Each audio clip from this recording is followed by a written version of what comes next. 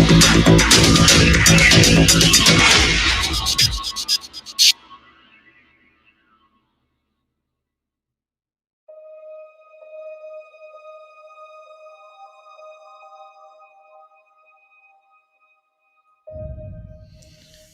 folks, Rick Maki. Just coming on again tonight to run through some of the latest news and try to keep up with the things that people are saying out there. Again, I'm using the boots on the ground, TikTok stuff as a guide to kind of go through and prompt some of the topics of discussion. And today I have Dave Dennis on the line pretty soon, and he's going to come in pretty soon and give us like an update on what's going on down south, and also kind of see what he's been up to lately. So some of the topics we're going to talk about today is the vaccine mandates, the lockdown passports, stuff like that, forced vaccination, jobs for jabs. That's the new latest game, right? Jobs for jabs. Everyone's playing that one. Unfortunately, it's not funny. I know. It's just you kind of have to make a little bit of light of some of this stuff, or you're just going to go crazy. Unfortunately, you've got the vaccine or V reactions. I want to say V. We want to try to use the language that's a little bit safer so that we're not kicked off all these platforms here. I'm going to run through a TikTok right out of Melbourne that kind of shows some of the protests. I'm going to ask Dave Dennis about that, see what he thinks. Maybe we'll touch on the Kyle Rittenhouse topic a little bit of those kind of topics. So I will actually, I think we're going to bring Dave in first, and then we'll see where we want to go from there as far as which things we want to look at to start off with. We'll bring him in here. Hold on for just a second. Hey there, Dave. Good day, Rick. How are you? Good. Can you see me and hear me okay and everything? So yeah, I can see you. I can hear you. Can you see me? All right. Yep, looks good. Looks good. You're a little bit delayed, but looks pretty good. Yeah, you got your headset on. Looks good. Looks like you're all set there. So I wanted to start off with right off the bat, like what have you been up to, and how's things been down there? I know you've been saying that it's been pretty strict, but you've sort of found your way around some of the things that you've been dealing with down there, as far as the mandates. Yeah, I don't want to say too much about my personal situation, but what I will say, right. I'm in Sydney, in New South Wales. I'm lucky enough to live in Nulla, which is right near the ocean. So I'm only 5 minutes walk away from the ocean. I've got National Park all around me. I've got my own place. I'm really financially independent, so I don't need to work for anyone that's going to insist on getting the jab, which is always a bonus. Yeah, that's a huge bonus. Yeah, what's happened in New South Wales now? We're opening up, so you've probably heard a lot of stories about some of the things that have been going on. Some are true. Some of the stories are quite extreme in certain areas. They picked on certain suburbs where they knew have a lack of compliance with their conditions, and a lot of these suburbs are people that have come in from other countries. Well, I'm an immigrant myself. You will find a lot of the Australians very compliant, very easygoing, and a lot of them, not all of them, but a lot of them won't challenge the system. When you find people come from Europe and the Middle East, they're a little bit more fiery, especially ones that have been living in authoritarian regimes in the past. And they've come here because we call this God's country. This is the land of opportunity, just like America. People have come here for a better life. And so these people have seen the draconian measures that have been in lockdowns, face masks, social distancing. It's been really bad at times. Anyway, the good news is we're kind of coming out of that now, but at the moment, it's only for the double jabbed. We have a Q code system here. It's linked directly to the New South Wales government. So you are expected to Q code into every single premises you go into. You are still expected to wear a face mask when you go into these premises. So I went to my my local pizza guy the other day, a guy called Al, lovely guy. I've been a regular customer for a long while. In fact, I was actually his very first customer this year. Now, Al said to me, look, you know, you can either wear a mask or not to worry too much. He said, but I have to. He said, if I am caught with this mask off, I face a $5,000 fine on the spot. Wow. So that's, yeah, it's bad. I mean, the fines here are massive. They really are. So comply with any of this stuff. At the moment, if you're unvaxxed, you are not allowed. You're allowed into places that sell essential goods, like a supermarket. You can go to a takeaway place. You're actually allowed in churches. I think one of the reasons is that I'm our Prime Minister happens to be he's a Pentecostal Christian, and I think he had a lot of pressure put on him to ensure that the churches allowed everybody in. So you can go in a church, but you cannot in unless you're double vaxxed, and you can prove it. You must prove it. You either show them the green tick on your app, or you've got to show your documents to prove it. You're not allowed into a pub or a club or a cafe or a restaurant or a library or sporting place, a gym or anything like that. You can't go in. We were told that the unvaxxed would be allowed in on the 1st of December. Well, you may or may not have heard our Premier, she's actually been stepped down. She's facing corruption charges at the moment. We have a new Premier come in, Perrottet, his name is. He used to be a treasurer for the state, and he's very keen on opening up the economy. But he actually pushed back the freedom for the unvaxxed until the 15th of December, or when we reach 95% double vax rate. They claim we've just hit 90%, which I believe is an absolute lie. I don't think it's anywhere near as high as that. Yeah. I don't see how that they're claiming it is possible.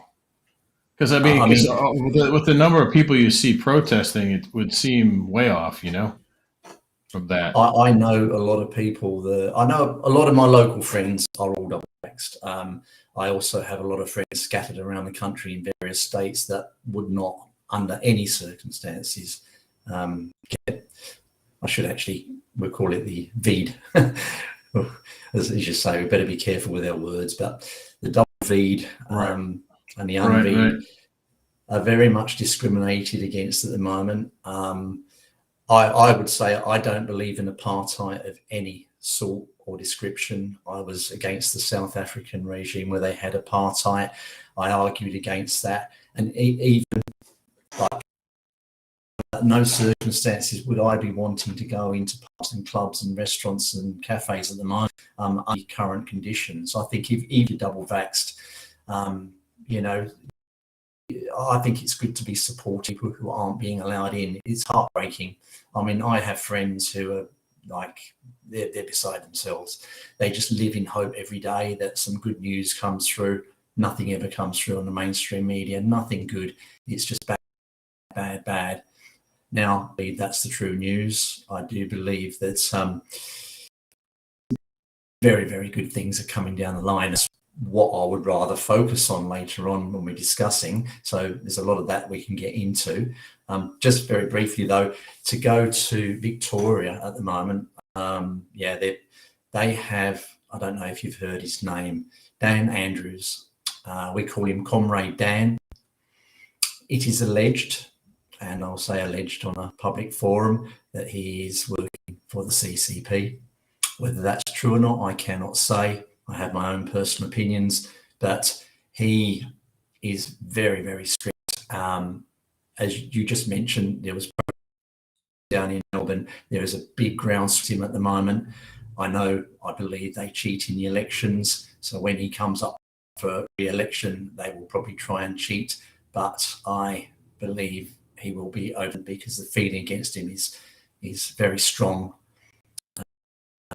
Yeah, just not a nice person. The heart goes out to Victoria and to Melbourne. They are the most locked down city in the entire world, and I think Sydney's very close behind them. So that's why we're seeing a lot of the protests coming out of Melbourne then, and Yes, yes, stuff. So yeah. I will wow. say they're a Labour government down there. Now, our two-party system here, we have, this will confuse some people in America, we have the Liberals, which are actually Conservatives. So the Liberals Oh, really? are Conservative. Yeah, the I didn't Liberals, know that. it's the Liberal coalition.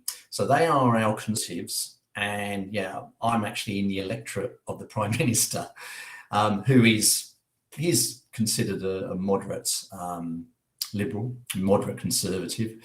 See how they confuse, they call them Liberals. That comes from Uniting. They've got a Liberal Party which is in the middle, and ours is on the right. They're like our Conservatives. Labour Party, who have become more and more radical over the years. They're your equivalent of the Democratic Party. And Wait, you said it was the Labor Party? Like, they're called the Labour Party, yeah. you would think they'd be, are they working class people? Is that why they say Labor Party? Or is that They just, started off, they were funded mainly by the unions, but over the years they have been infiltrated. So they've gone further and further to the left. They haven't been in power. I think it's Julia Gillard. So that was a few years ago, and that was a facade. That was that was wow. disaster, because they kicked out Kim Rudd because he wasn't popular. She then took over. Then when they came to re-election, they kicked her out, put Kevin back in because they thought he was more popular, and then they got turned over, and they haven't been back since. Quite a few years ago. We're lucky they're not our federal government at the moment, because if they were, the situation here would be even worse.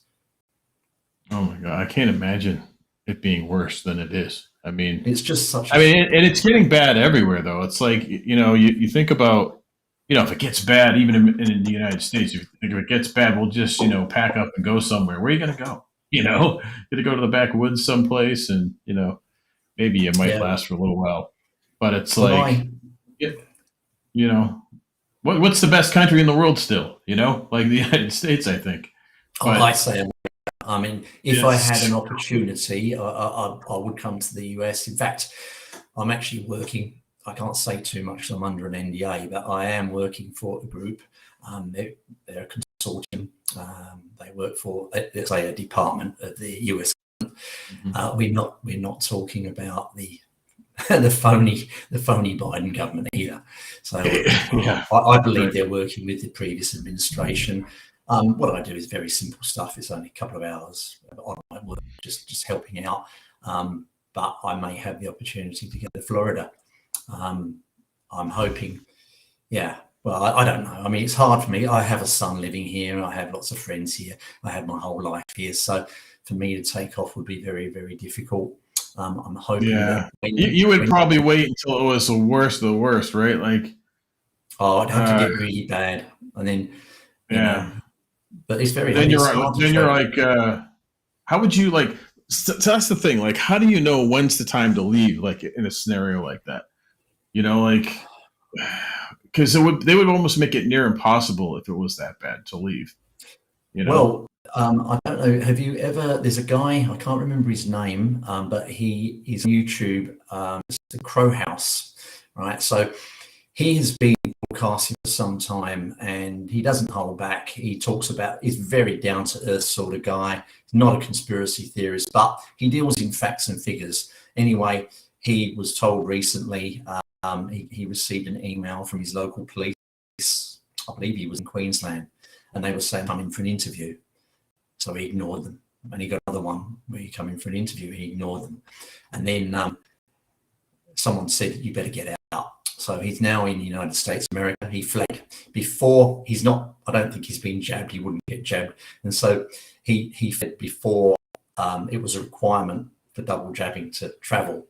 So he got out just in time. But he said the next day. I think I remember that. Yeah. I remember that actually. I think you might have even sent me the link. Yeah. The next day, right. Yeah, next day, I think one of his family members said, hey, the police arrived on our doorstep looking for you. That was the day after he left. And he said, intuitively, he just got this nagging feeling over and over again, and dreams about getting out of Australia. And like me, he didn't want to do it. He did. He's gone now. But unlike me, I mean, he's right out in the forefront with all this stuff. So he's a primary target. I'm doing my work more quietly. I wouldn't describe myself as a leader, but I am working with people who are. I've just recently joined the United Australia Party with Craig Kelly. Oh, great. Yeah, I've heard of that. Definitely. First time in my life I've ever been a member of a political party. And now I am. And yeah. Now's the time, right? Now's the time to get involved, you know? Yeah. It's like, even here, it's like, the recommendation is to get involved in, not if you don't have to get involved in government per se, but like even just getting out, holding the sign, or, just voicing your opinion on things, if you want to get involved in local politics or, the school system or whatever, it's like people need to get involved, the people that want change, Yeah. Well, I go on live stream quite a lot. I'm probably on one every day. I've just been on Elena Darnan's live stream. She's absolutely fantastic. So the last 2 times I've been on there, I mean, she has hundreds, thousands of people sometimes, and she's read out some of my comments and given me lovely acknowledgement for some of the things I've said. I try to share in other groups, and I try to share my wisdom where I can. I don't like to tell people what to do, but I like to at least make them aware of some of the things they may not be aware of. And this is, I have conversations when I go out one-on-one with people. I talk to small groups of people. I mean, there are groups that just shut me down. And what I've learned, I've just distanced myself. I've had to walk away from a lot of my local friends because they're living in this 3D reality. It's a very conservative area here. They're people that believe the government, education system, the medical system, they believe whatever they're told. The media, they believe that stuff. And if you try to challenge it, you're facing cognitive dissonance, and they think you're crazy. They just label you a conspiracy theorist. So there's no point. It's really not much different in Massachusetts either. It's like the same kind of situation going on here. It's a liberal state, but you know what though? The more and more I go out, and I think there's more people not as afraid to speak as there used to be, like before the election and stuff. Like people were afraid to talk because of all the riots and everything, and afraid to actually put signs out in their front lawn and things like that, or flags for even that matter. And now, if I go out to a cafe or something, I hear people talking about politics a lot now, from the right, from the side of the conservative mindset, Whereas before, you never heard any discussion at all. And it's happening more and more wherever I go. And I feel like there's a lot more of us than we think. We were just afraid to speak out at the time, I guess. Yeah, but, I find here talking one-on-one to people in the shops and people in the street, it's amazing how many people, they start talking to me and they say, hey, did you hear? Yeah. And I start talking to them, and then the conversation opens up. And what you find is a lot of people believe we're being lied to, but they are scared of speaking out. They'll talk one-on-one when they get a little bit confident that they can talk to you, but they can't talk to their families and their friends. But there are a lot of them. So the silent majority is much larger than people think. I believe the rate of vaccinations, I said, I'd say it's probably more like 60% here, but they claim it's 90%. And they're doing that deliberately so that people feel isolated. And they've made sure that the unvaxxed cannot go out and socialize. You can go in a park, right? But even then, you're not supposed to be in a group of people unless you're double vaxxed. You're supposed to do a one-on-one if you're not. Yeah, exactly. So when I'm actually, I like to use TikTok, for example, to find out what's going on all around the world, because they're the only place I can find any information from. You can't get it on YouTube anymore. You can't get it on Facebook. It's all gets censored, right? I don't understand why TikTok is still allowing it, but I see these protests in Australia all over the place, Melbourne, Victoria, like you said. I think there was even one down where you are, right? At one point, like a large one, or was there not? Yeah. Yeah, there was one here. It was very large, but the media reported it as just a few thousand people, and they said every one of them is going to be tracked down, and every single one of them is going to be fined, because at the time we were Really? in lockdown. Yeah, we were in lockdown, and unlike America, you have the best document in the world. The the American Constitution is wonderful. We have a constitution, but it's nowhere near as strong as yours. It's not very well known. I mean, most people don't even know what's in one, but yours gives you certain inalienable rights. We don't really have those protections to the same extent. So yeah, Right. people go out there. They said on the media, every single one of those people would have been caught on cameras, and police will be diligently tracking them down, and every one of them will be fined. I don't think that would ever happen, because apparently there was about 20 to 30,000 people there. They claimed it was only a couple of thousand. Wow. That's amazing to me. Like, how do they, in a country like yours where it's so controlled and everything is controlled? I mean, everything's controlled as far as social media is concerned. How do they organize something like that? How do you put together a protest that large and then coordinate it? Like, how do you get away with that? Because we can't even do that here. It's like you don't see those kind of protests here. Hardly ever. You see the rallies, because that's something they can advertise. They don't usually, don't usually block that too much. But like the protests, like I would really like to know how that's done, because we need to do stuff like that here too. Well, they text each other, and there are groups. I mean, we have got groups here, Freedom Australia groups, and people share on that. But all of those. So if you do organise a protest during lockdown, the chances are you will get a visit from the police. And there's a guy here. His name is Ozzy Cossack. He's a Russian-born Australian, and he was arrested recently. He actually filmed it. He was in his office studio. Police come knocking on the door, and he was arrested and taken away. And because they said you've been inciting, dissension. It's bad, but he's out now. I mean, they took him in for questioning. I think they arrested him. He's probably going to have to face court, but he's out now. He's organising live streams. I was on one with him the other day. Fantastic, and he gets people like Ricardo Bosi and Craig Kelly. He gets them to come along. There are other people here that do the same thing. So we do have a large movement of people. A lot of Christian groups. They get together. Okay, so that's an interesting key point there, right? So people in the church groups and stuff probably all talking to each other, and and then they probably have the leaders, and they're trying to they probably have ways to bring them all together. So is there like a website that people go to where they say, all right, this is what we're going to do on this day, and or is it all kind of covertly done? Oh, there are websites. There's groups you can join. I mean, I openly speak when I go on there. I'll put my comments in. You have to be a little bit careful, I suppose. But I only share things that are supportive. I don't like to share negative things about people, and so I just say supportive things. So hopefully that won't get me into trouble. Yeah, right.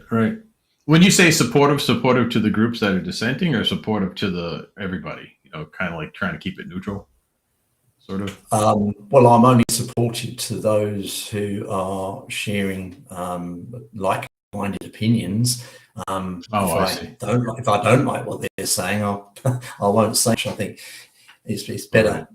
But most of the people that you get on those live streams, they get a few trolls, but they do have people that take care of that stuff.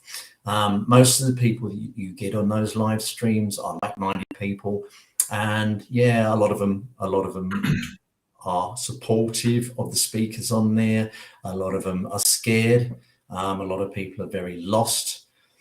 And yeah, I like to, my job, I see my job now. Before, I used to think, oh, I'm here to help wake people up. Not anymore. I don't do that now. What I'm here to do, I'm here to help encourage the people who are waking up, give them support. Um, I like to work in the light. I like to work with love. I don't submit to fear. I don't want to spread the fear. Like, I don't share news about various topics, especially that one, you know. I'm a bit wary about doing that. I'll share one or two things when I think it's necessary, mainly individually. But yeah, I see my job as That's a good point, because I think you're right. I think we're sort of past the point of trying to wake people up. It's like people are kind of waking up on their own, a little bit, little by little, and they're sort of seeking out the people who have already all along been looking into things. And so now here you are on that end of it, you know, where you're able to sort of do cleanup or back cleanup, however you want to say it. You know, you're there to you know, just lend your heart to them, and in support of. I mean, you're still educating them, right? You're still telling them like what happened and how did it get like this, right? Are they coming to you with those kind of questions? Oh yeah, well, if somebody asks me, like I had a chat with one of my friends in England today. He's had the double and he's had the booster, and he's got them because he wants to go to Thailand. Yeah, he's going to go to Thailand. And I said, well, I hope you have a good time. And I said, I hope and pray that you're fine. You've had one of the good batches. Because my understanding is it's not all bad batches. I still don't like them at all. But that's what I do. I'll share with people when I think it's appropriate. I don't like to push it down their throats, but I just tell them how I feel about it and share what knowledge I have. Yeah. So on that topic of the vaccine, I'm sorry. You gotta be careful, right? Yeah. I was gonna say, we have to think about it too this way, is that when they first released everything, right, it had to have 50% placebo, right? So half of it was just saline in the beginning, and that because they need to do that, you know, as part of the trial, right? Because it's for trial use or emergency use, and they still have to go through those studies so they can back it up later with their stats and say it's all, you know, successful. So. Yeah. I think in the beginning you didn't see many people being, you know, injured or having problems because, first of all, it takes a while for the ones that did get the real vaccine for it to show up, and then for the ones that didn't, you know, get it, they're not going to have any effect at all. So, and then as time went on, you get the second, the third, and then the booster. Sorry, the second and then the booster. You know, by that time, it's pretty much all of the placebo testing or whatever is probably beyond that point. You know. Well, so now you're playing Russian roulette. It's playing Russian roulette, isn't it? So you might go and get 5 boosters and everyone's fine, and then that 6th one does you. So yeah, it's scary. But I mean, it seems like it's just. I mean, at this point, it's like they're saying, well, it doesn't stop the spread, and it doesn't, you know, keep you from going, you know, having enough symptoms and problems to have to go to the hospital, right? So. I just don't understand what's the point of the booster. Like, is it really? It's not a different.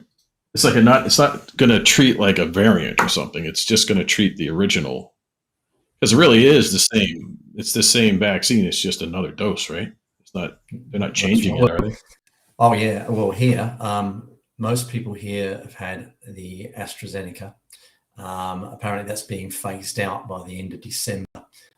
So they're now saying they're bringing in more Moderna and Pfizer, and what they're saying is that's fine. You know, you can mix and match. In fact, we actually recommend you mix and match. It'll be more effective that way. So I think a lot of people will be the boosters in the future, which they're just beginning to promote at the moment. They will be the other 3. Man. That's just scary stuff. Oh, it certainly is.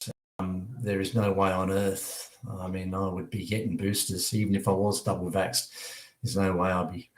Yeah, I mean, you know, it's like even some of these people who are just starting, you know, off getting these vaccines are having some major injuries. And I mean, I want to show this one video here of this one woman who really had a horrible time here. Not sure if I can get this one up on here or not, but we'll see. Hold on for just a second. Switch over to Telegram. Maximize this. Hold on. Struggling a little bit. Yes. Hold on. I'm Casey Michelle Hodgkinson. I'm in a lot of pain. I'm 23 years old. I wasn't like this before this. I'm sorry.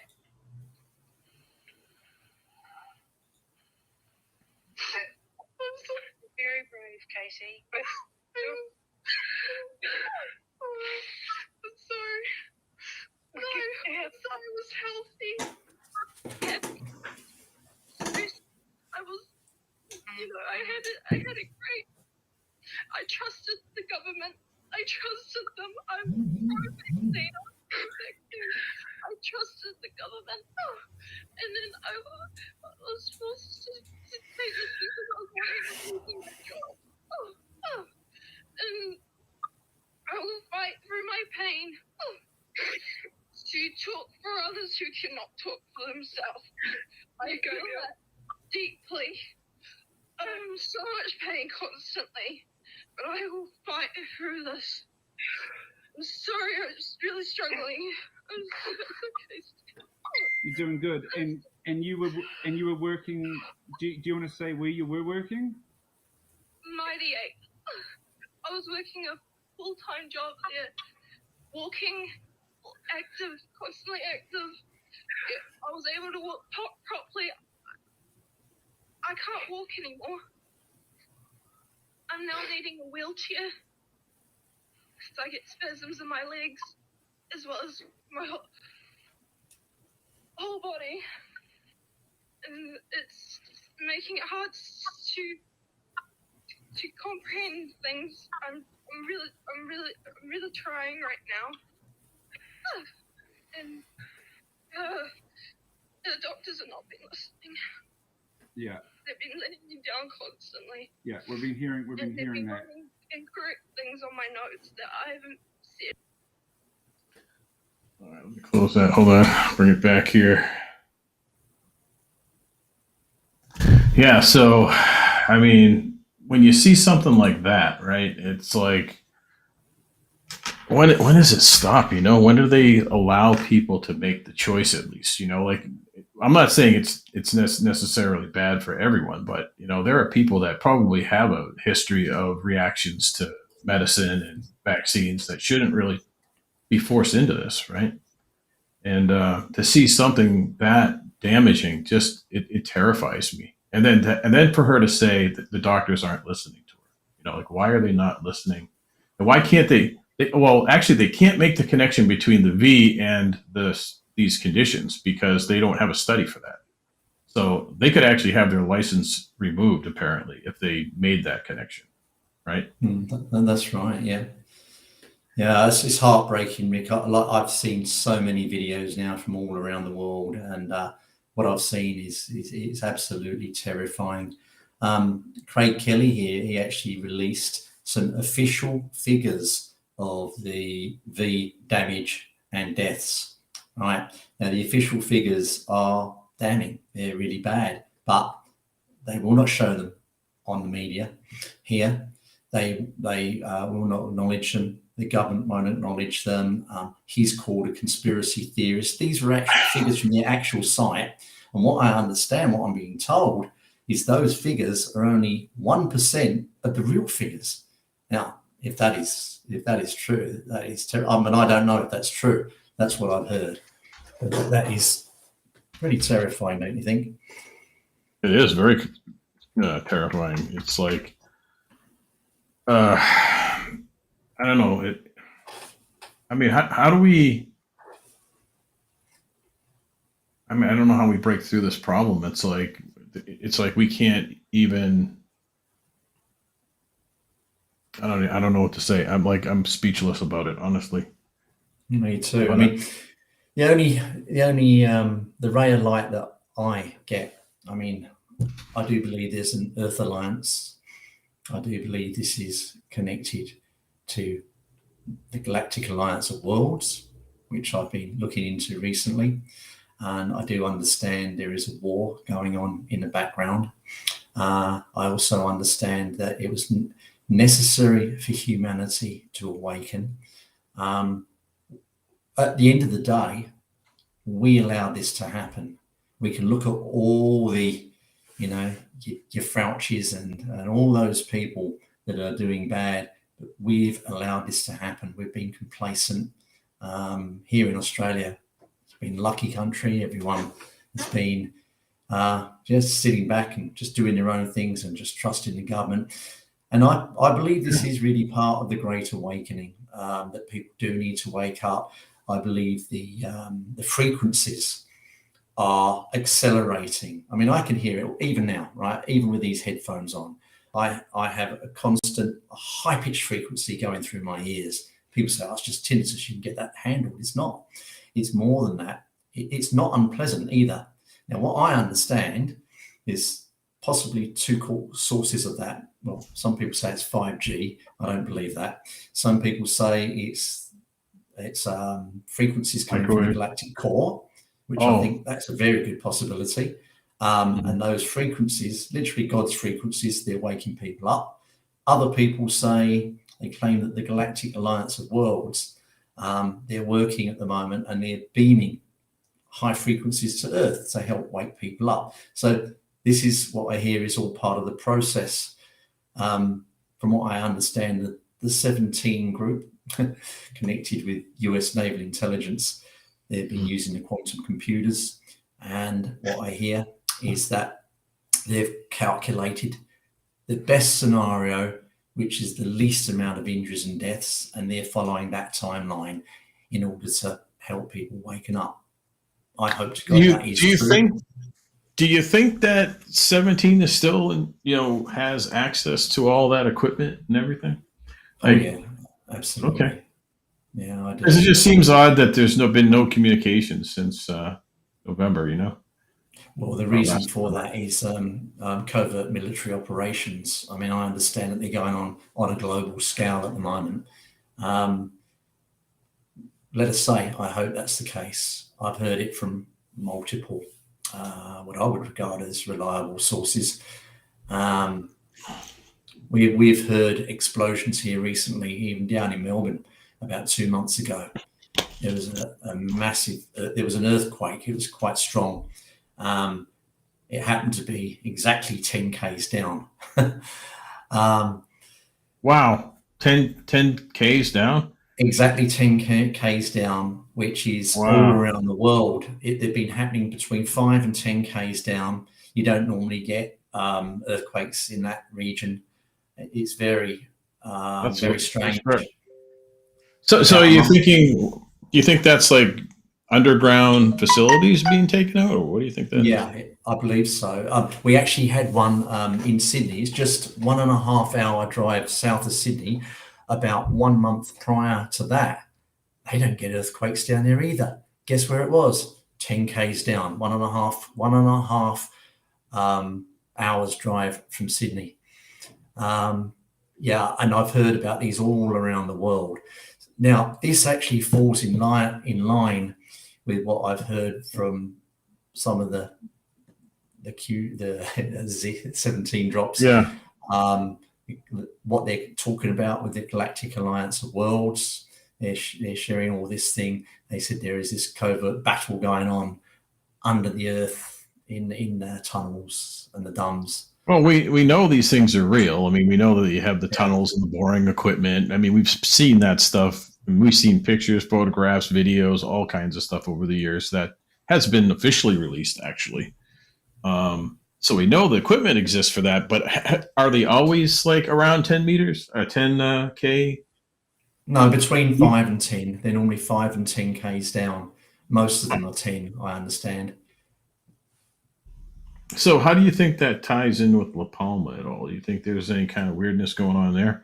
Because you look at the, I don't know what they call it, radar or whatever it is that they have where they're laying it out. They have like all these little volcanic eruptions in I've seen a, it. like a perfect grid, right? It's like in a perfect grid pattern. It just seems a little odd. And the people look all over the place on the planet. There's no other place like that right now. No, So, I don't believe that's natural. I believe that it is an attempt, one of the attempts of the DS to, well, it's one of the false flag events. The idea was to flood the eastern states of America. If that happens, then, you know, not just America goes down, the whole world goes down. But on the good side, I heard that the alliance, the Galactic Alliance of Planets, there's people working there to offset that so it doesn't happen. They're preventing it. They're using technology. I mean, these people have advanced technology, even more advanced than what the DS has available, and they're intervening. They can only intervene though when it comes to other ETs. So when you've got the reptilians, you've got all sorts of dark ETs, they can intervene with them. When it comes to human beings, so that's our job. So we mustn't become yeah, that's what I complacent. heard. Like the last Corey update too. He was talking about how they can't come to help us until we help ourselves. So we stand up and help ourselves. You know, That's as right. far Yeah, as because we actually allowed this to happen. I mean, all right, it wasn't the human race that allowed this to happen, but around the time of the Eisenhower administration, I understand certain members of his administration went behind his back and signed agreements with the negative entities. He didn't want to. He wanted to work with the positive entities. I believe he was a good president and he wanted to do the right thing. He did warn at the end of his presidency. He warned the danger of the military industrial complex. And I know Laura Eisenhower shares about this stuff. And she's great. The stuff that she talks about is really good. wow. So, Okay.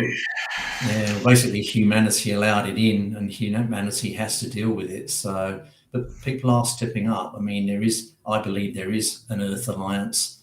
I'm told that the United States is leading the Earth Alliance. I'm told that the US Navy, who I've always loved the US Navy, I believe that they are in the forefront of this battle.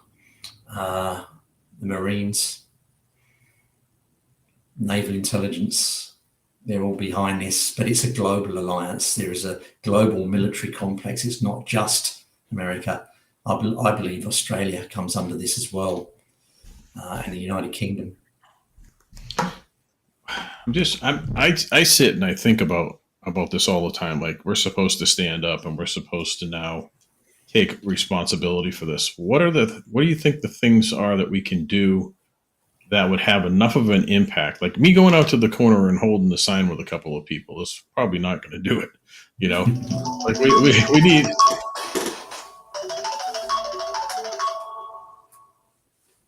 Sorry about that. Okay, no I had to problem. have the phone. I had to have the phone here so I can access certain things. Yep, no problem. Yep. So I was like I said, I was like, just one or two people standing on the street corner is not enough. Like that's why I was asking you about how do they organize these massive, rallies and protests. It's like I I don't know anybody, or I haven't been able to speak to anybody on what are the mechanics of actually doing that. How do you get that to happen? You know, and how can we keep it going? Well, I think it's It's in groups. I mean, groups organise these sort of things. People chat in groups, and then they send text to their friends. So that's how it's working. But as I say, you have got to be very careful here, especially if you're in a lockdown. As I said, the police can come after you, which is pretty bad. I mean, we're out of lockdown now in Sydney, so I suppose you can organise protests, but yeah. let's take a quick look at one of those protests. I have one that it's just so impressive to see how in a country where it seems virtually impossible. I mean, it would seem impossible to me because from what I've seen, it just seems like I mean, it just seems like holy, I don't know how they do it. Let's see. Let me get back to the browser here real quick. Make sure I have the right thing. This doesn't always work right. There we go. Get it started here. Hold on.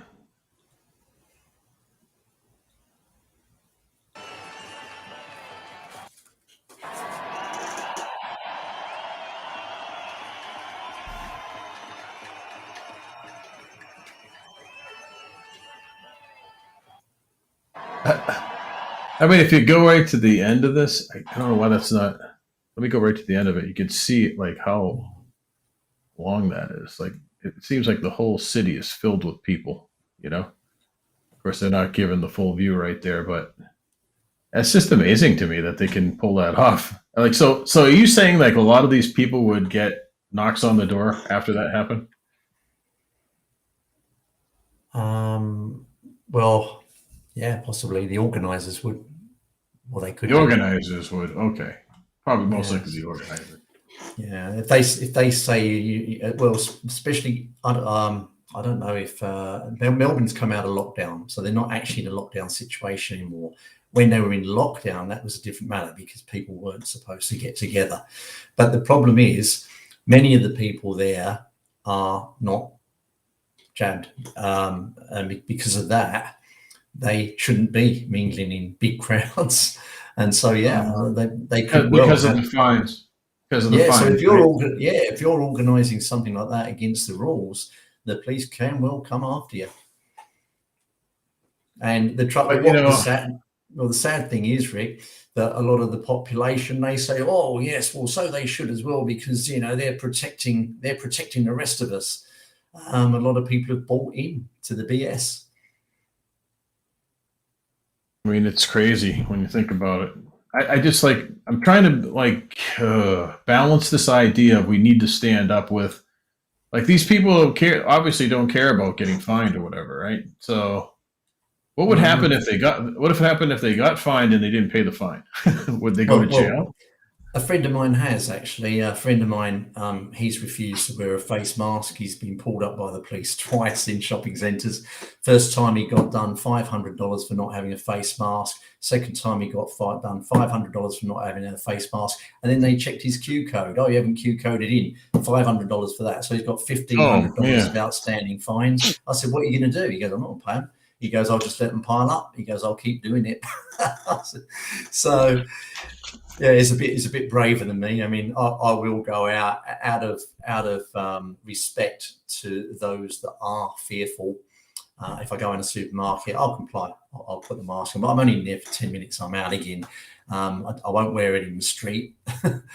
People do, even though you don't have to now. People are still walking around. It's like if you walk down our mall, even if you walk along the esplanade, the beach, there can be no one else there. It can be a breezy day and sunny day, and then you see someone walking along with a great mask on their face, their eyes full of fear, and they walk around you. They won't go near you. People are absolutely terrified, Rick. It's so sad to see. And this isn't a judgment on those people. Those people are buying the BS. These are a lot of them are older people, but we've also got younger people that actually believe their government cares about them, that actually believes the medical authorities care about them, the media cares about them. They don't. They're proven that they don't. Exactly. And so is this because of your own news broadcasts and state propaganda, all that kind of stuff? Because I don't know if you can see the United States news. I don't know if you ever pop on CNN once in a while. Oh yeah, I watch a lot of the news, mainly alternate sources. Yeah, and it's just as bad here when it comes to that brainwashing part. When people actually terrible. Believe, Well, we know they're all owned by 5 companies. So 5 companies own virtually all the media, all the main media. And that should never have been allowed to happen. I mean, I studied government politics when I was growing up in the UK in my high school. And one of the things that was drilled into us is the media are an essential part of the democratic system. And they are. And, well, unfortunately, the bad guys understand this. And so they use their money to ensure the media were controlled. I think our Channel 10 was bought by, I don't know whether it was CNN, but they were bought by one of the big US channels. At the time, I thought, wow, that's wonderful. They'll have more resources and plenty of funding for them, but it's not good news. It's bad. So It really is bad. I don't watch it anymore. I used to, the 6 o'clock news every day. I used to go on to Channel 7 here. I watch Sunrise every day, and I used to believe, I've always known that it was manipulated, but I never realized the extent of it. But I suppose that's part of the Great Awakening. We're now being shown the full extent of it, and it is way worse than I ever suspected. And I've been studying this stuff for 30 years. Yeah, I mean, I'm pretty close to that, but not maybe 20, more like 25 years. But I wasn't really heavily into it for probably maybe the last 15 years, But I was always I always kind of knew something wasn't right with the news and different things like that, Looking into well, my big red pill was about 20 years ago. I went to we've got a magazine here. It's called Nexus Magazine, run by a chap by the name of Duncan Rhodes. I've met Duncan 3 times now. Lovely guy. And he's been into this stuff for a long while. They've been sharing articles that they share them, and 10 years later you start to hear the stuff they were talking about. So they've been into this stuff for a long while. I went to one of their conferences. It's a Nexus conference in Sydney, and there I had the honor of meeting Kathy O'Brien and Mark Phillips, her late husband. And they stood up on the stage, and they're from the United States, and they talked all about Project MKU. I won't say the full name.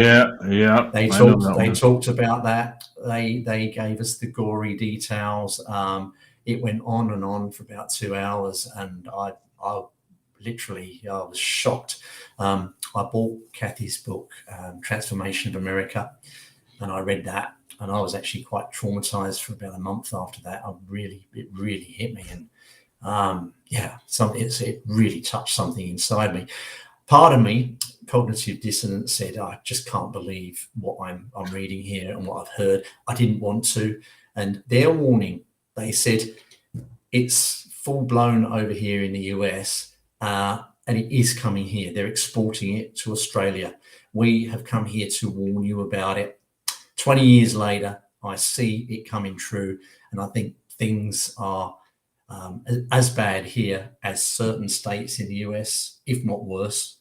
I'd say we're probably up there with LA County and New York. Oh, yeah, it reminds me of that. And in Canada too. A lot of places in Canada are really bad right now too. The Queen owns apparently all the land in Canada is owned by the royal family, by the crown, should we say. And they still regard it as their land, but they still regard America and Australia as their land as well. Yeah, sort of like we never really got independent from them. It's like no. And you know what kept it together was the banking industry, right? The world banking. When they brought that back in, when did that come in? Was that just after the Depression when they developed this idea of a world bank or the world banking? Yes, it was. Yeah. And I think it was at that point we kind of lost our freedoms again, where we're not really, we're not really separate from them anymore. They sort of own us through the monetary system. Well, the two-party system is an illusion. If you look at the 5 main English-speaking countries, we have two-party systems. They're an illusion. The leaders of those parties are all basically bowing to the same the same interests. Let's just say the same interests, and those interests are not good. So I don't want to get too deep into this because we might get in trouble. Exactly. I'm gonna I gotta share something in the chat for folks because they're coming through on the chat, but I don't know who anybody is. So I'm gonna have them, folks. If you can take a look at the chat there and click on the link, it's a chat. If you go to chat.restream.io/FB for Facebook, that's chat.restream.io.fb, and that'll allow you your actual profile picture and your name to come through on the chat, on the central chat, so that when I'm putting up the comments in the video, I'll know who's who there. So if you could click on that, that'd be great. Someone here just said, David, you speak. Someone's just said, David, you speak your mind and don't be worrying about getting into trouble. Good advice. It's true. I mean, it is true though. Like you're saying, like it's really our time to stand up and not be afraid. You know, like whatever happens, because if we don't do that, we're totally going to be screwed. If I have to say it, because we're going to be totally screwed if we don't start speaking out fearlessly. You know, no, I agree. You know what I mean? But there is that, you know, when they start slapping fines on people, this and that, you know, you feel like, oh, that's going to ruin my life. And what's going to force them to, that's what I want to know. Like, what happens if your friend's getting fined on for standing up against all the tyranny there? What happens to him later if, you know, he's found guilty of not paying that fine? What happens? Does he go to jail or? Well, apparently he got fined for not paying his registration on his car. You have to buy a registration every year, and he never paid it. And he said, and they say, if you don't pay your fines, they cancel your license. Well, he says, well, no, I was able to renew my license, and they eventually gave up. He says they gave up, and apparently they just wrote it off. Well, the trouble is, though, they've got these private corporations that are doing it, so they probably try it on, and sometimes it's too expensive for them to pursue it. So hopefully the same will happen this time. But there are so many people that have been fined, and some of them are massive fines. I don't think they'll probably get 40% of those fines in. A lot of people will not pay them. Yeah, because I'm just wondering, like, how they would enforce it. Like, even here, if someone was going to fine me for standing up, like I mean, we have a constitution to protect us a little bit, right? So we could in court probably fight it, and then it would, you know, be eliminated. But do you have any sort of a constitution that protects you? You know, as far as like freedom of speech or any of those things. I know you've had your guns taken away from you. You know, as far as being able to defend yourself. Yeah. Well, I must admit, I've never actually sat down and read our constitution. Okay. Yeah, I should have done. I should do. There may be protections in there, but certainly not to the extent of your constitution. I mean, we weren't lucky enough to have your founding fathers. I mean, it's kind of like here we don't know all the details of our constitution. There's so much in there, but we know like the biggies, you know, and you probably would know that too. You would know what if you had those protections, you know, just through people talking to people, you know. Yeah. But so you're right. It's probably not really. You probably have some basic rights, but nothing where the government doesn't trump that. You know, where if the government says, you know, you don't have freedom of speech, you don't have freedom of speech there. Here, if they tried to say that, we could fight them on it. You know. Yeah. Well, people still believe you have freedom of speech here. If you go out and talk to half of my friends that live locally, they say, "Oh, you've got freedom of speech, best country in the world." And they really do believe we have, but they don't realise the structure that we face. And I will get into it a little bit. So, you know, we're talking about the structure. All right. Well, there's three big companies that basically own virtually everything. You probably know the names. You've got BlackRock and Vanguard. Yeah, Vanguard. And Vanguard is a private company.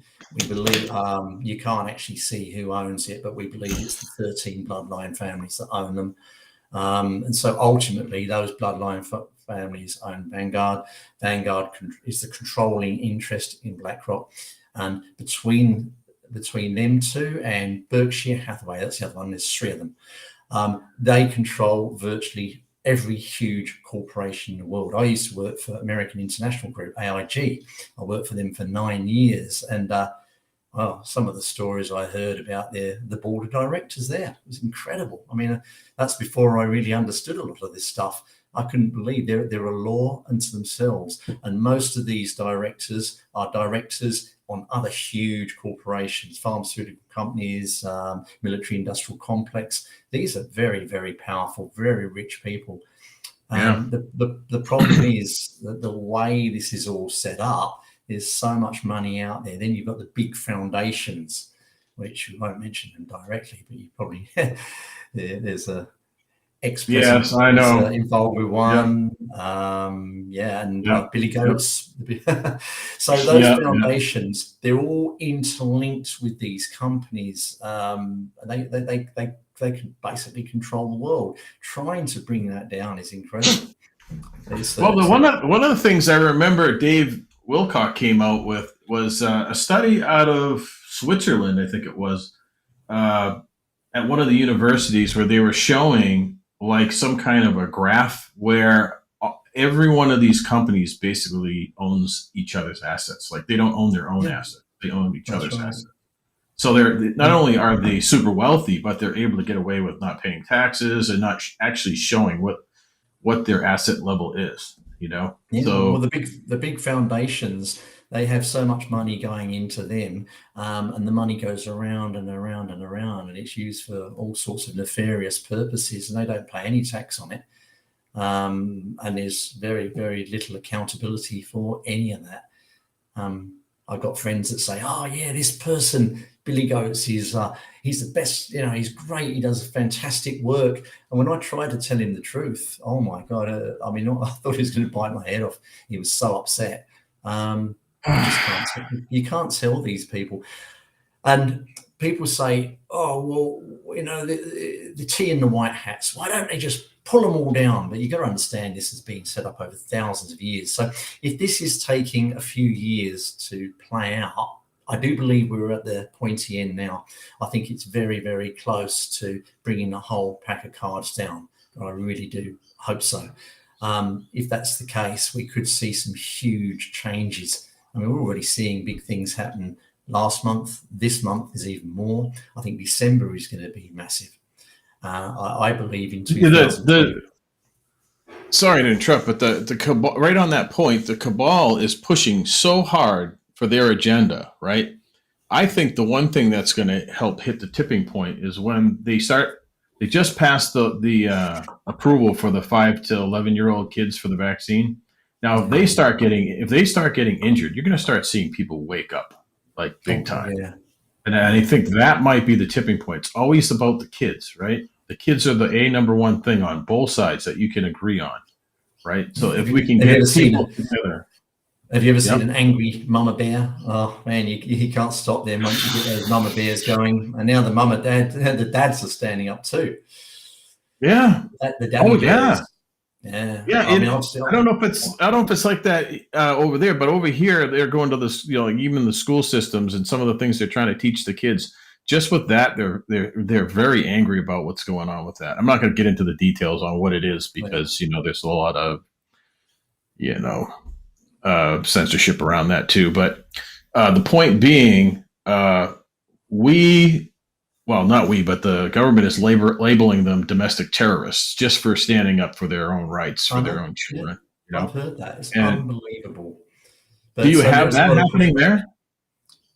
You don't really hear about it. I mean, I'm sure it is happening, but I mean, my son's grown up now. He's 24, so I don't have a lot with the school systems. I don't see very much coming from Australia. I do watch a lot of the shows in America, though. I mean, I follow AWK, and we know X22, Doug Billings, and Santa Surfing. All these people, quite amazing. And so they post a lot of video clips. I watch stuff on YouTube, Rumble, and what I see is it's disturbing, but it's also inspiring. It's disturbing. I know it's disturbing and it's inspiring at the same time, but it's scary because you never seen the United States in kind of being brought to its knees like this with everything that's going on, with them trying to take down the economy, make us no longer energy independent, slowing down the supply chain. Like where is this leading? Like what's it going to take for people to get out there, like you seen that rally in Melbourne there? Like, why aren't we having that kind of activity right now? We need to have that. And I don't understand why we're not seeing that here. You see the rallies when Trump comes around, but we need protests equal in size. But the problem is that, like, if you're not in one of those states where you've got the support, it makes it really difficult to sort of assemble anything. If the majority of the population is on the other side, that's where I'm at in my.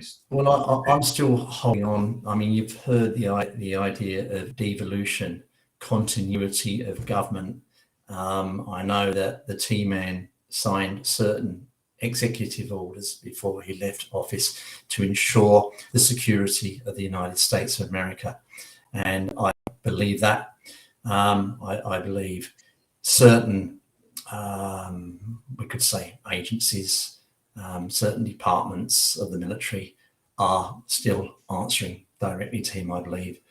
And I think a lot of this is being allowed to play because people do need to see it, hoping we're very close to the end. So, yeah, well, I do really hope so. And people say to me, sometimes I have Americans say to me, "Oh, why are you so interested in American politics? Look after your own country." And I say, we rely, our own security is tied in with America. America is the greatest country in the world.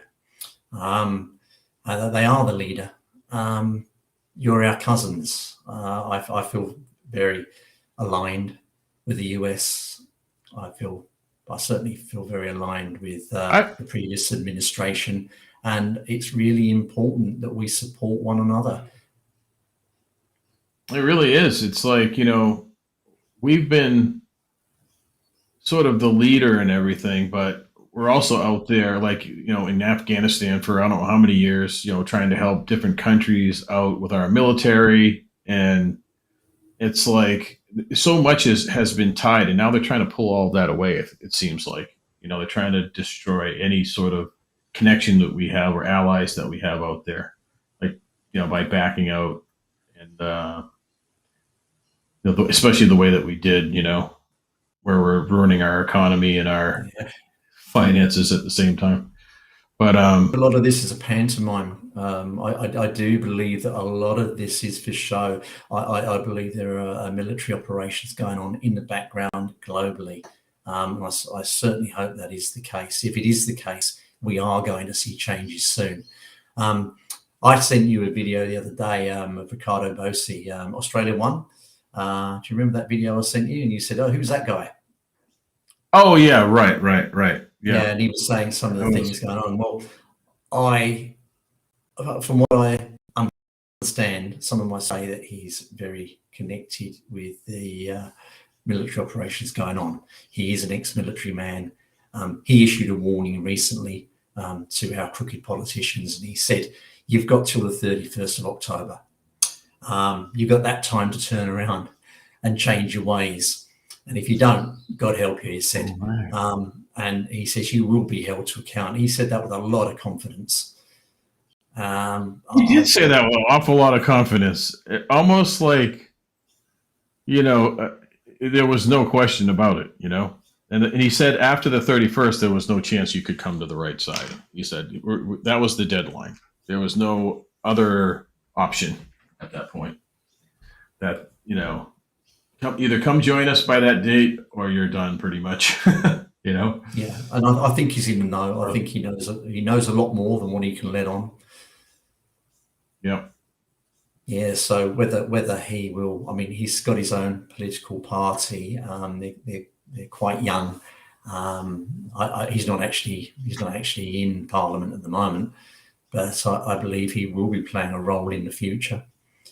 What's the name of the party? Do you remember the name of the party? Australia One, and that's one word. So Australia with a big A and One with a big O. Okay. And I didn't know that's what that was. I recommend everyone looks. If you go on Telegram, Australia One is on Telegram, and he posts a lot of his videos there. And there's some really good stuff, and really good interviews that he has. He gets into the Jabiru sort of thing. He gets into talking about that. He talks about the political situation, and he talks very much like some of the patriots in the US. That's why I think he's connected with them.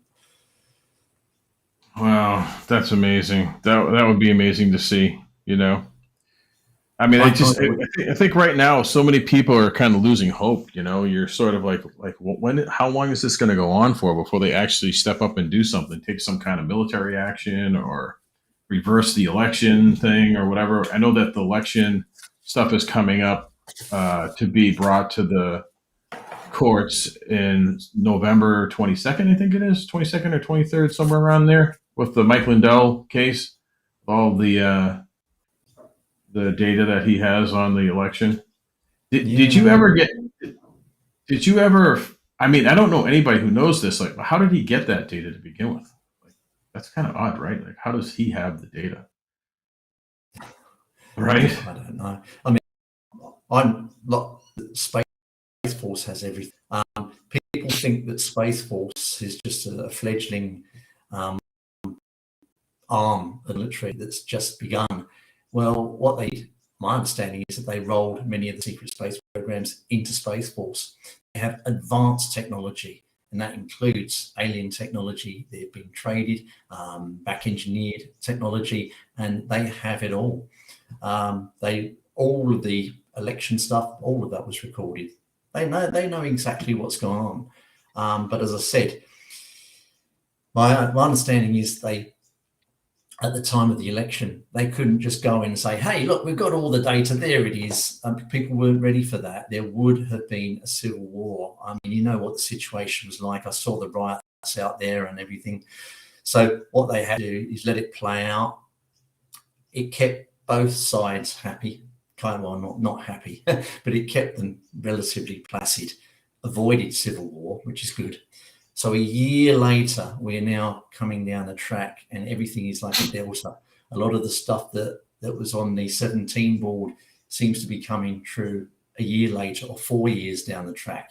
So they talk about 4, 3, 2, 1 year deltas, where suddenly we're seeing events occur that 17 was talking about 4 years ago. It's like, wow, this is incredible.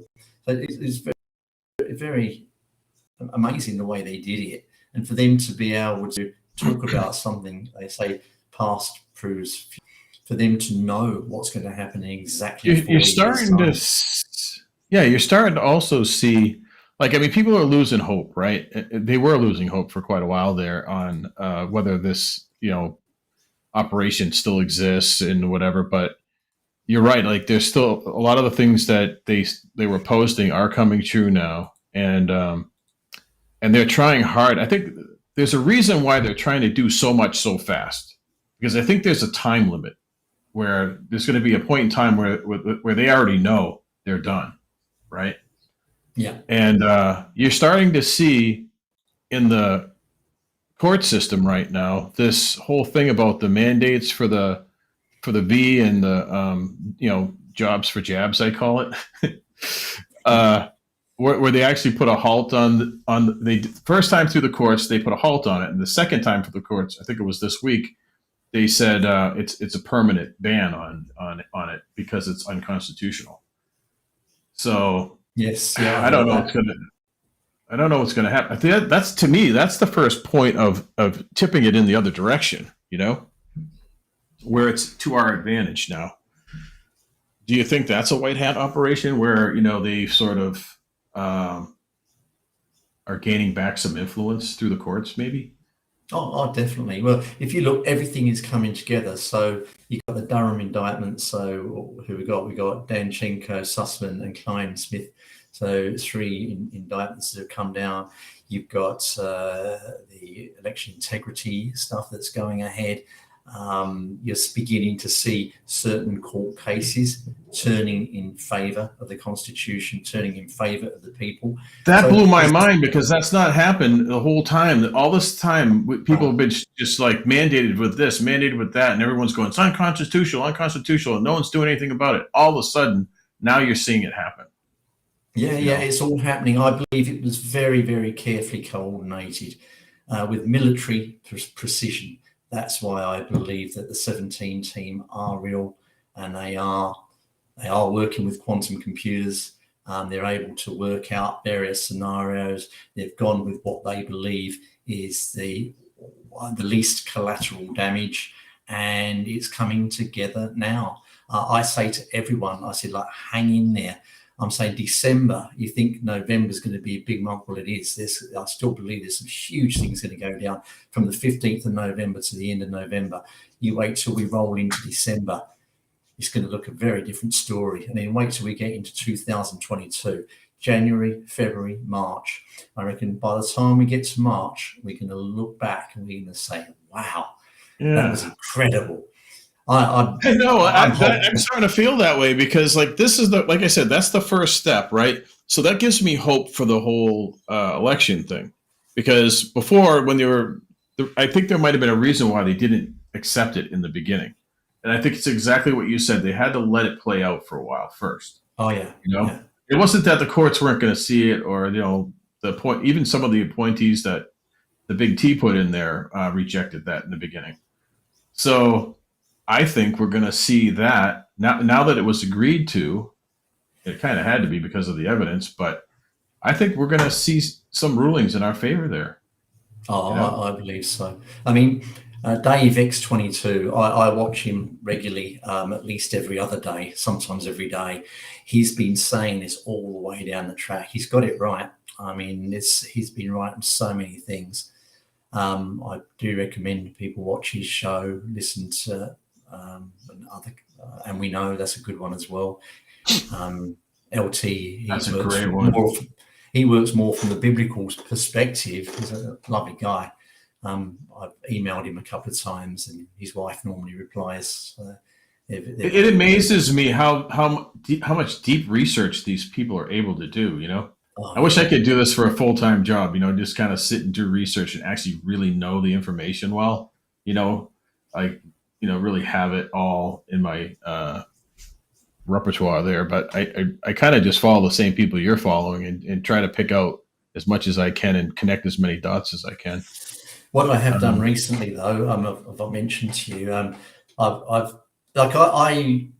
used to follow Corey Good. I follow Dave Wilcock. I still watch some of Corey Good stuff. But we've got Dr. Michael Salla. I met Dr. Salla at DOD in Dimensions. Yep. Dimensions Disclosure in Ventura. I bought one of his books, got to sign it. I've read most of his books, very good stuff. He's recently, he was very much aligned with Corey Good, but he said he's needed to break away now. Because up to then, he'd focused very much on the secret space program and the organizational structures, which Corey Good's very good at. But he's more into the ET organizations, Council of Nine, National Command, Galactic Federation of Worlds. He's working more closely with other people like Alex Collier, Danny Henderson, Elena Dannon, Megan Rose, and Tony Rodriguez. So these are 6 people that I would recommend following closely. I've just been on a live stream with Elena Dannon. As I said, she read out a couple of my comments, and it's amazing stuff. And what they talk about is from the galactic side of things, but they also talk about we can't just sit back and let them do it. We've got to do it on our level, but we must always come from love. We cannot get into the hate thing. We mustn't focus on a negative. Yes, we can be aware of it. I mean, I will only watch maybe 1 or 2 videos a day or short things about all the negative stuff. But now I'm focusing more on the positive. one of the beautiful exercises that Elena did the other day was to close our eyes and focus on what we want in a year from now. So focus on your future self 1 year from now. Think about everything you want to come true and see yourself there. And then focus 10 years time. So you see yourself in 10 years time. It was an amazing exercise. So I did that before I went to sleep last night. It was really beautiful. And what I'm visualizing myself is a Star Trek world, which Dr. Salah talks about. I don't know if everyone's aware, but Star Trek, which I've followed since it first came out in the late 60s, a form of soft disclosure. Apparently, Gene Roddenberry was connected with the Council of Nine, this ET group, and asked them questions and was given answers. And apparently, Star Trek was his attempt to place ideas of the future in people's minds. And it's interesting now when you look at Space Force, the emblem is almost identical to Star Trek, and you see so much coming true. When you go back to Star Trek, you see that people didn't, you didn't have your first officer plotting against your captain. They worked together. They were all one.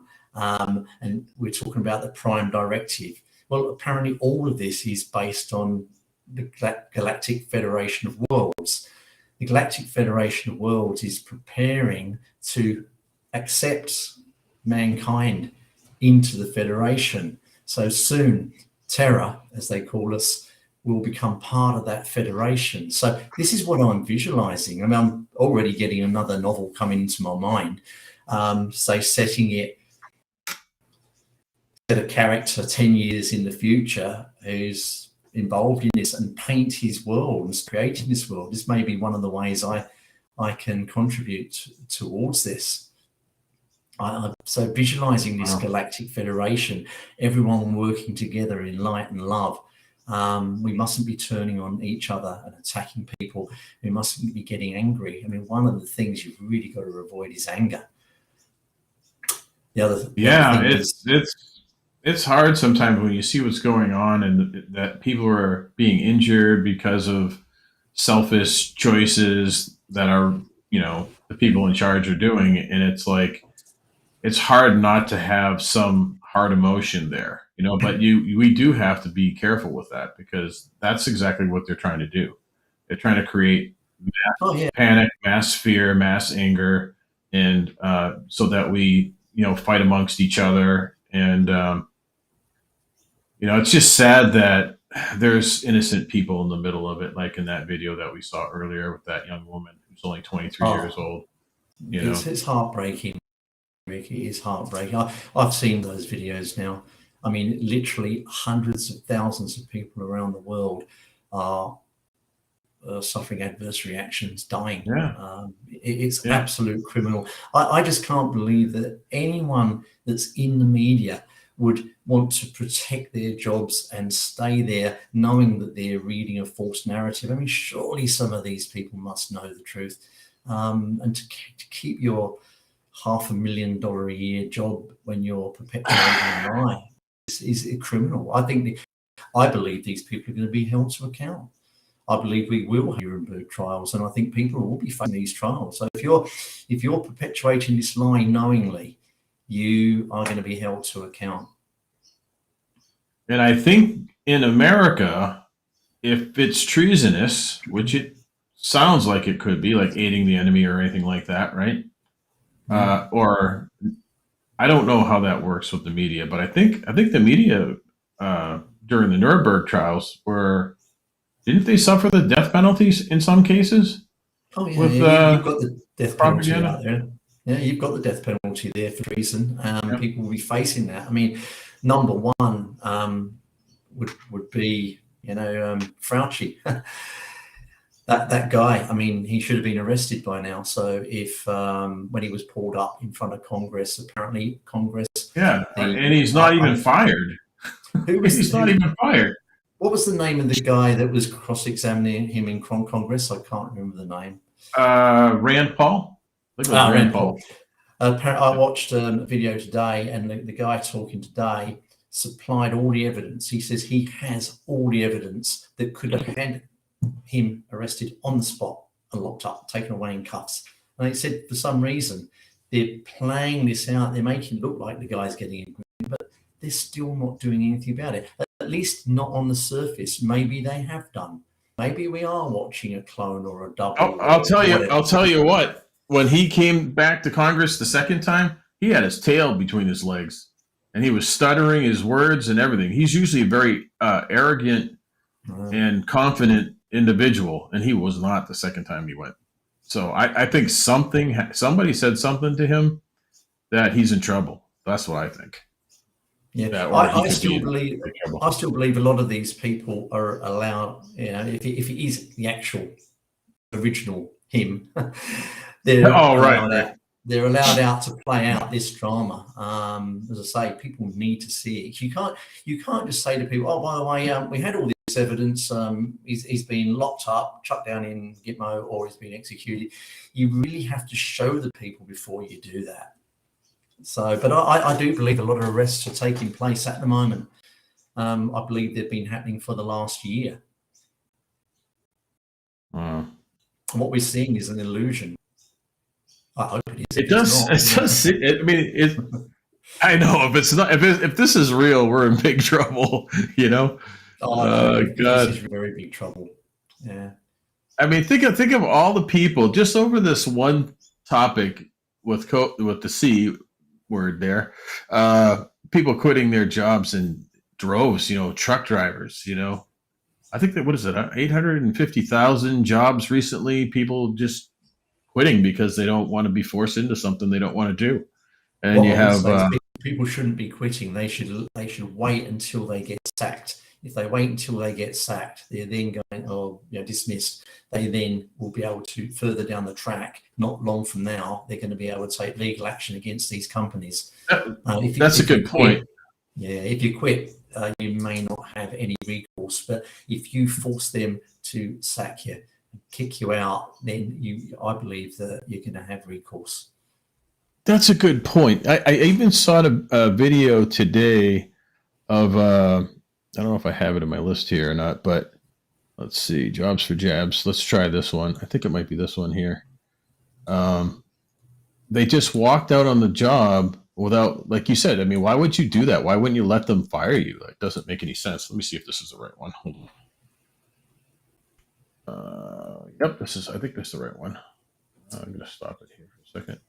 Switch it over to the browser real quick. Although I did hear a group that said, I'll wait till afterwards. Yeah, let's see what he has to say here. This is it. My last day teaching before my resignation. Everybody knows, except for my students, so I let them know.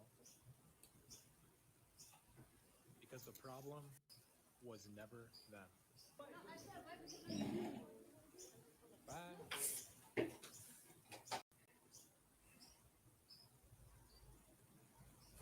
Anything else from me? Do I need to say anything? That's it? So do I hear anything like from district or? No, they won't call you. I'll do your paperwork that if you resign. Okay. Yeah, so like you said, I mean, why would you resign and why wouldn't you wait till you got fired? Like, sounds like he wanted out to begin with.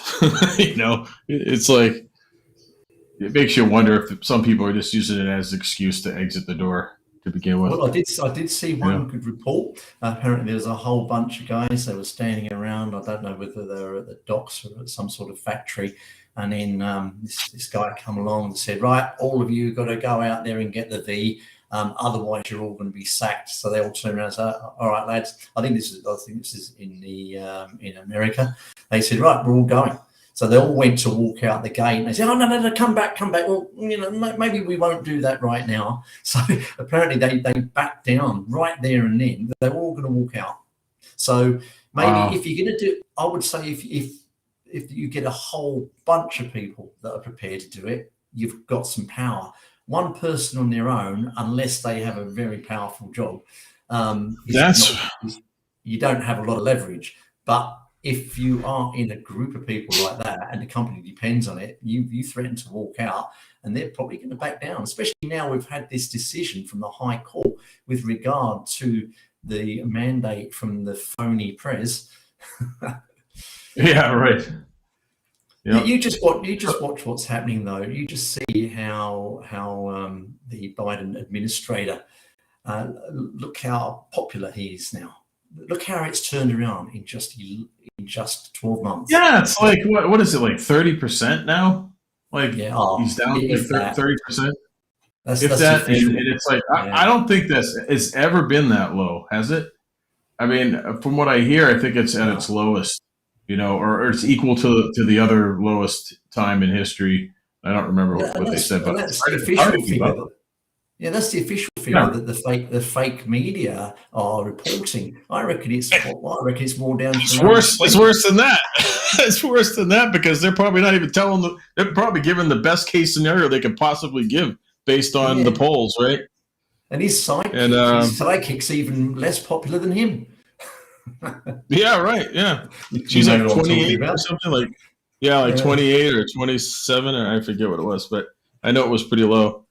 So, but you did make a good point just a minute ago about how if it's done collectively, it has a bigger impact. Like as far as quitting goes. Like if you're just going to up and quit, if you get everybody to do it at once, then it's probably the smart thing to do. Like just get it done, and they'll have to call you back, right? Yeah. Whereas if you're in so that depends on the state you live in, or maybe even the city you live in as to how it is. I don't want to point one side or the other, but so in that case, you're better off waiting for them to let you go. Yeah, I reckon even if you've had that V, you should be you should be out there supporting your colleagues anyway. I mean, imagine if some of them people said, "Okay, we're going to leave our jobs too. We're all going to walk out." It's going to turn around. It's going to turn around, Rick. It's going to turn around in Australia as well. Yeah, because didn't they in Australia already have like a protest where they're trying to do the vaccine passport? I don't know if it was in Australia or if it was another country, but they were all like putting them all into a fire or something like that, and they were burning their passports. Or was that? I think it was probably France. France, okay. That happened in France and Italy. I've seen so many of these, I can't keep them all straight. So is it because I don't know where they're implementing these passports already. So I know they tried it in France, I guess now. I think it was Italy they tried it too. We have. Oh, you have it there. Yeah, we have them here. You've got a Q code in. It's connected to the New South Wales app, and you have to show this. If you go into a bar or a pub or a restaurant or a cafe, you've got to show this. And even non-essential retail shops, unless you have this passport, you're not allowed in at the moment.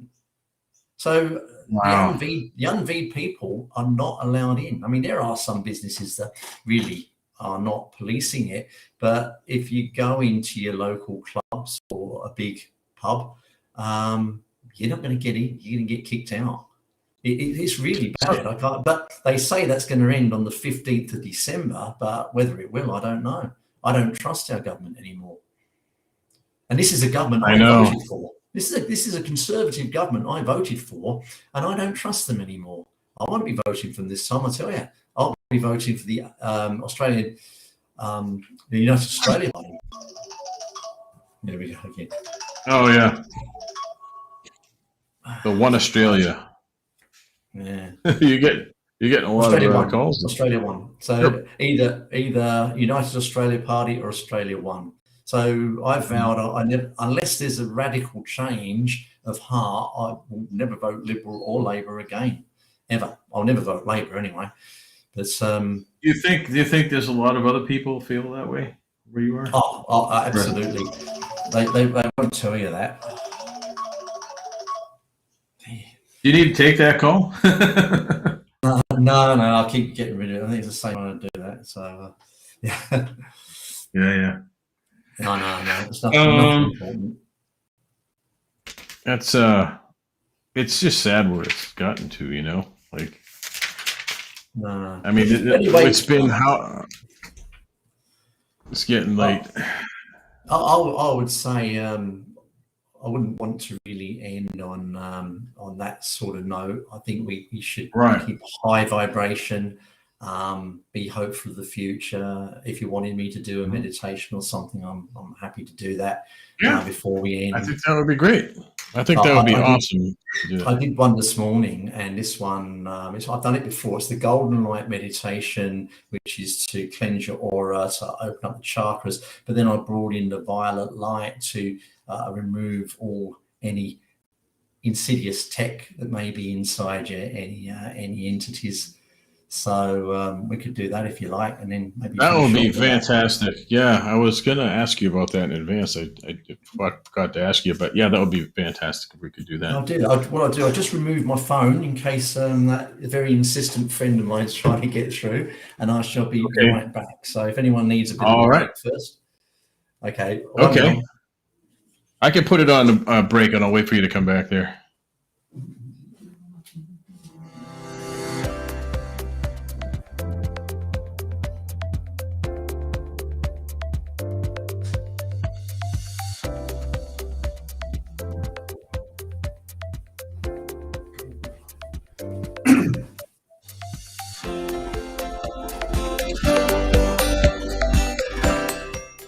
And he's back. I'm back. All right. Well, I don't know. I'll be doing this live, so I don't know how well I'll be able to do it, but I can do my best. I just thought this would be a lovely thing to create. I want to make. I'd actually like to do a professional recording with this meditation, because I believe it can help a lot of people in the current time. Yes, amen. Okay, so do you want me to begin? Yes, please. I think I've got 25% power left in my computer, so hopefully I won't need to break to turn on the electricity. All right, so we're going to do a golden light meditation with a violet flame for cleansing.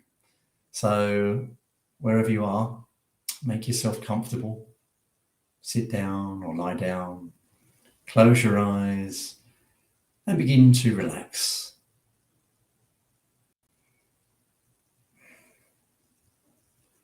Let all the tension begin to drift away. Feel yourself drifting towards a beautiful space, a space of knowingness, a space of relaxation, a space of security. Now, to help yourself relax, take 3 deep breaths. Breathe in and out, relaxing as you do so. Take a second deep breath in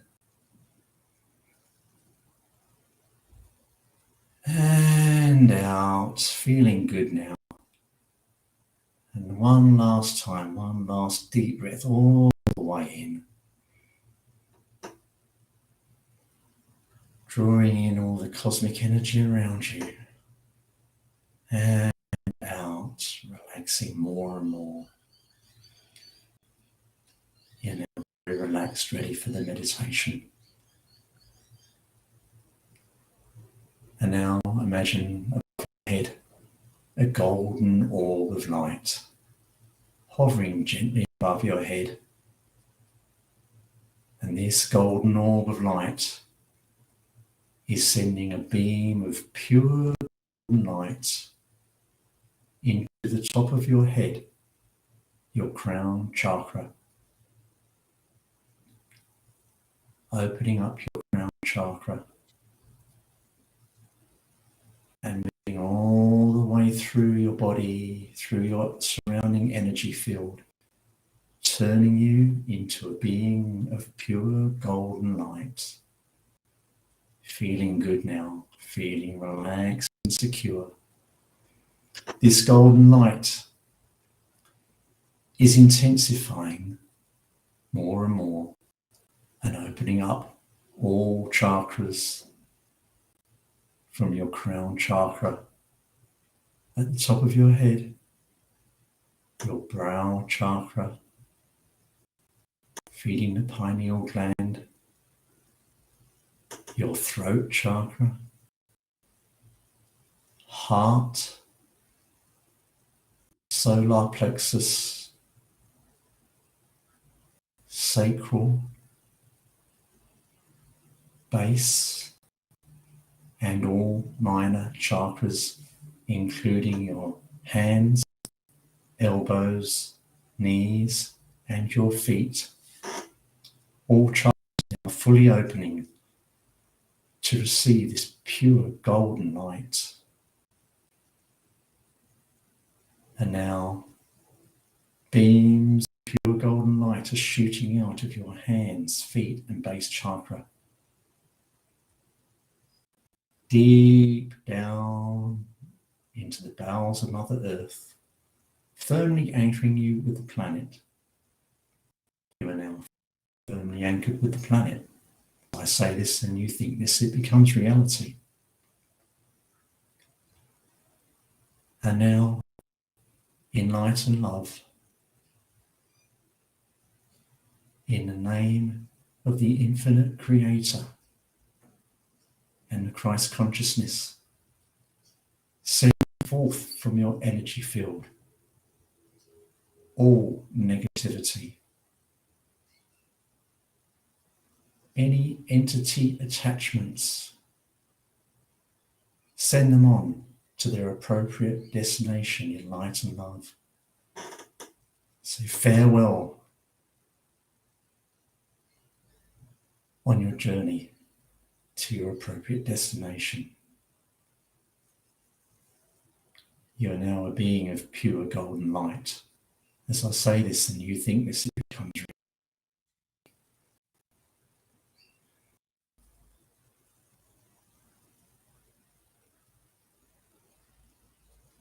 And now, above your head, the golden orb is turning to a beautiful violet color, shimmering, glowing, becoming more intense. That violet orb is sending in to your crown chakra a beautiful violet flame.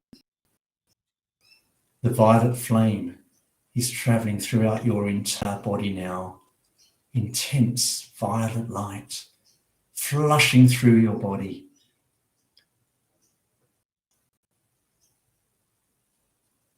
Maintaining all your chakras.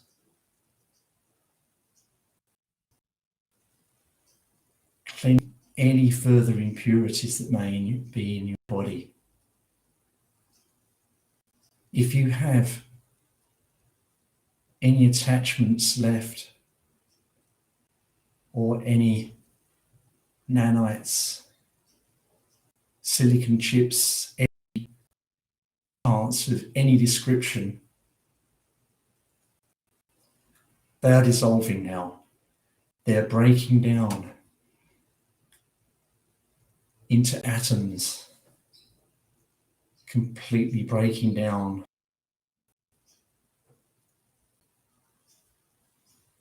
Fading away.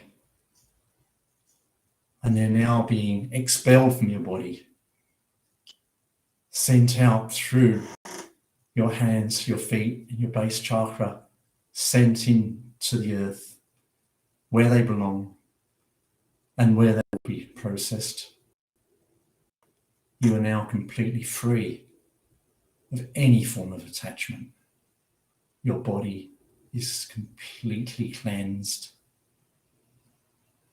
You are connected to Source via your higher self or your oversoul. You are connected to Gaia, Terra, planet Earth. You have now become that beacon of light, alternating now between violet and golden, intense violet and golden. See yourself sending this light out to the whole planet, to incorporate the entire planet in pure golden and violet light, cleansing the planet, doing for the planet and everyone else on the planet what you have just done for yourself. You are now working with the Creator. You're working with the Creator to bring about the change that we all require, the change that is inevitable, bringing on the Star Trek future, bringing on a world of love and creativity and joy and enlightenment, flushing away all the evil, allness. We have no need for that on this world anymore. We are moving towards fifth density. We are moving towards a fifth density civilization that will soon be able to take its place proudly amongst the Galactic Alliance of Worlds, the Galactic Federation. Mankind is stepping up. We will become part, a fully grown part of the galactic community.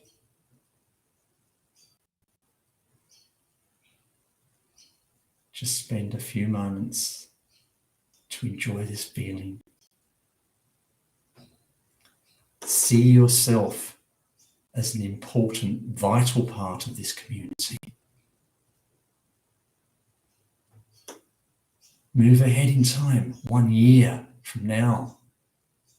See this beautiful world that you wish to create, and you are living in it. See the role that you're playing. If you have left the old world behind, your old job, your old role, and you are playing a new role, see yourself doing this. Embrace it. Bring it into the now. Enjoy this moment. 1 year from now, the world will be very, very different from what we are experiencing at this moment in time. See yourself. Bring that reality in. Know that this very act is accelerating the process that has already begun. And now project yourself 10 years into the future. See yourself in 10 years' time, vibrant, energetic, looking younger than you do now. At this stage, the world has completely changed. The old political system is completely gone. The old medical system is completely gone, broken down to be replaced and transformed by something much better. We are now a fully fledged member of this galactic community, and we are becoming leaders in the galactic community. See yourself as an important part of this community, a leader, if you wish to be a leader, or merely a participant, but someone who is working for the common good.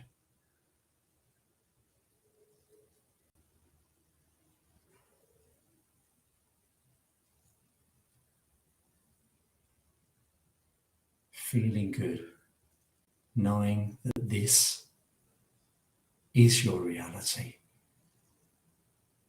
Welcome to the future. Bring the future into the now and help to accelerate the process. Even if you do nothing else, you can help the world through these meditations, through these visualizations. You can change the course of history. You can bring about the new Star Trek reality. And now, just take a few moments, and when you're ready, just bring yourself back gently, feeling all the better for this experience and knowing you have more power than you could ever have thought possible. Thank you for participating. Whew. That was really good. I didn't want to come back. Neither did I. Wow. I could have Wow. gone on for a Dude. long while. I mean, you gotta put that down on tape, boy. I'm gonna be listening to this one. Yeah, I'm gonna pull it from this one for sure. That's amazing. Thank you very much for that. That's excellent way to end. And it is a reminder where we need to focus as far as, how do we win this battle? It's spiritually and visually, like visualizing the future that we want. So thank you very much for that, Dave. I appreciate your time tonight and your insight. And it's always very uplifting and very helpful just to also see how you're doing down there and where we should be focusing. So that's great. Thank you very much. I appreciate it. And I would like to thank Elaine Adan and Megan Rose and Michael Seller particularly. Yeah, I believe they're giving us leadership at the moment. I would encourage everyone to support them. I just bought Megan Rose's book, Welcome to the Future, and it's only a short book, but it's beautiful what's in there and very inspiring. Tells a story. Excellent. It's concise. Yeah. Great. Well, something else to look forward to. Yeah. Well, thank you, Rick. Thanks for having me on. All right, sir. Thank you very much. We hope to have you on again soon sometime, and we'll catch you later. I wanted to thank everyone else who joined us tonight, and hopefully you can go back and listen to this beautiful meditation time and time again.